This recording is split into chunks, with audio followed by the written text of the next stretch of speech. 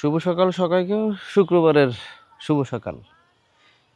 বাংলাদেশের সবচেয়ে এখন আলোচনার বিষয় কিন্তু একজন মার মৃত্যু।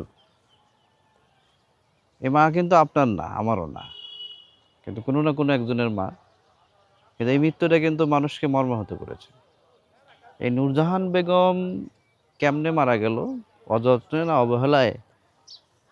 তার কিন্তু চিত্র প্রকাশ হয়েছে শুধুমাত্র এই যে ঘরে মৃত্যুবরণ করেছে, সে ঘরের পরিবেশ পরিস্থিতি দেখে।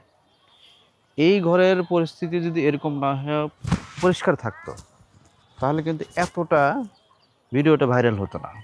মানুষ আলোচনার মধ্যে আসতো না, নূরজাহান বেগম কেমনে মারা গেল, অযত্নে না অবহেলায়, তার ছেলেরা তাকে যত্ন করছে কিনা, ছেলের বউ দেখাশোনা করছে কিনা, এগুলো নিয়ে কিন্তু কোনো আলোচনা হতো না।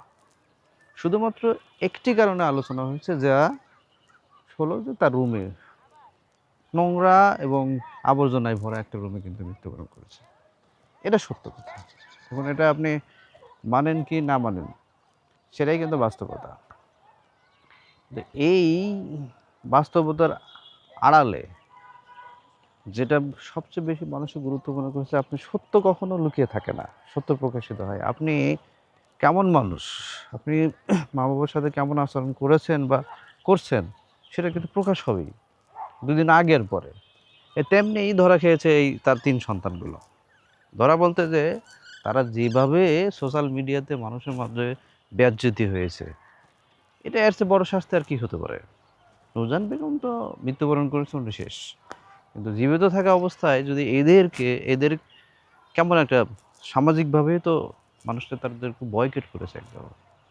দেখলাম একজন যুগ্ম সচিবকে মংলাপুর থেকে উজ্জ করে জনপ্রশাসন মন্ত্রণালয়ে সংযুক্ত করেছে। এটা কি শাস্তি নয়? এবং তাদের অধ্যাপক, দেখলাম বুয়েটের একজন অধ্যাপক, সেটা বললো যে না, তার মাকে অনেক সেবা যত্ন করছে, ঈদের দিনে লাচ্চা সেমাই তৈরি করছে নিয়ে মাকে খাওয়ানোর জন্য। আরে বাবা, তুমি যদি এখন বলো যে তুমি স্বর্ণের পানিতে চুবিয়ে তোমার মাকে গোসল করিয়েছো, এটা মানুষ বিশ্বাস করবে না। কারণ হচ্ছে তোমার মা যে রুমে মৃত্যুবরণ করেছে, এই রুমটা দেখলেই তো বোঝা যাবে তোমাদের অবহেলার চিত্র। তুমি অবহেলা করছো কি না করছো সেটা তো ভিন্ন বিষয়। কেমনে হয় রে ভাই?